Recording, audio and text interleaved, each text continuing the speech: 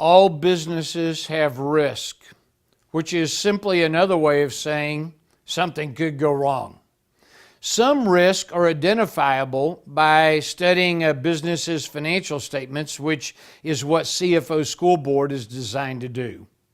Some risks are embedded in the structure or the framework of the business and are really hard to identify by looking only at the numbers. The following are 6 fundamental non-financial statement risks a CFO must address and continue to monitor to determine a business's financial exposure and ensure sustained success. Number 1, concentration risk. A business that produces $50 million a year of profits is not necessarily a healthy business. If it has 10,000 customers and one of those customers is responsible for 75% of its profits and revenue, this is a business in serious jeopardy of imploding. This is called concentration risk, and it happens when a business is too reliant on a single customer, supplier, distribution channel, account receivable, referral source, strategic partner, IT, employee, or owner.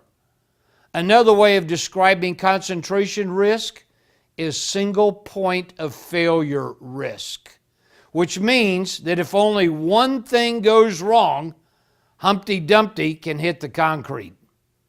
Many founders of a business are comfortable with this kind of risk until it occurs because they know the people or the companies involved and usually have years of experience of nothing going wrong.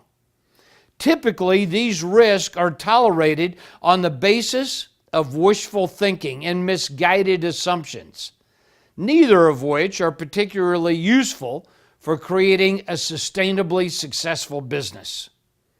What they fail to appreciate is how these kinds of risk expose the business to instant extinction in the event of an occurrence, regardless of how remote or rare it might be.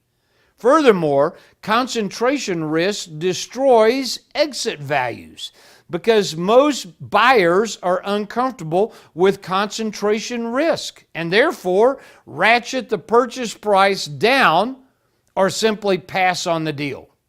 For most small businesses, the owner is the most significant single point of failure risk, which helps explain their low exit valuations. Number 2, sustainability risk. The question that needs to be asked is what could disrupt the future stream of earnings? This question goes to the heart of risk analysis and is an extremely important question for all owners and CFOs to think about. Earnings are a result of revenues minus expenses. So the question I'm really asking is, what could cause revenues to tumble or expenses to escalate? Number 3, business model risk. A business model is the structure of how a business makes money and whether or not the amount made is adequate to compensate the investors for the risks that they take.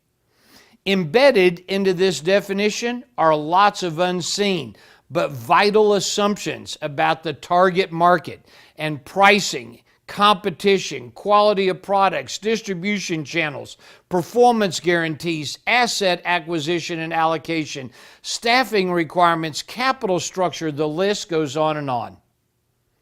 All business models are subject to both internal and external pressures, which will require you to bend and sometimes break your business model to remain competitive and relevant in the marketplace. Understanding the threats and weaknesses of your business model is imperative to creating a sustainable business. Number 4, external risk. All businesses operate in an environment and therefore are subject to external risk. Something can always go wrong, and often these bad things are not only external to the business, but things we have zero control over. External risk might include something your competition does, a hatchet job by the crew of 60 Minutes, a regulatory change, China's GDP slowing down, interest rates skyrocketing, or a repeat of the 2008 economic meltdown. Some of these risks might be manageable, but many more are uncontrollable. Whether the risk is internal or external, manageable or uncontrollable, it is vital that you identify these risks early on and keep your eye on them. Knowing where the gasoline is stored prior to the fire is critical to preventing the building from exploding in the event of an ill-conceived match. Number 5, leverage risk. When businesses borrow money, the underlying emotion is optimism. More often than not, the money is originally borrowed to facilitate some growth opportunity the management team has identified, and rather than give up equity or ownership and thereby spread the risk and the upside if it works, we get greedy. The belief is that this money can be borrowed and deployed with returns that meet certain size and timing assumptions. When those assumptions turn out to be wrong and the profits are delayed or less than anticipated, the burden of that excess optimism comes home to roost. Too much debt stresses cash and ultimately the viability of a business. Interest payments must be made. Debt must be repaid. Covenants must be met. When interest, repayments, and covenants are missed, management spends its time in workout meetings with the lender instead of running and growing the business. If severe enough, the existence of the business is threatened. Understanding the balance sheet and debt structure, interest rate, debt maturities, and robustness of lender relationships are crucial for all business owners and CFOs. Making sure there are adequate cash reserves to fund future debt obligations is mandatory. To help me avoid excessive optimism, over-leveraging, and the dreaded dumb tax, I've used a simple 3-part formula for years. I'm not saying it's perfect, but it has protected me from my tendency towards using my glands to invest my money and run my businesses. Here are the 3 questions. What's the upside? What's the downside? Can I live with the downside?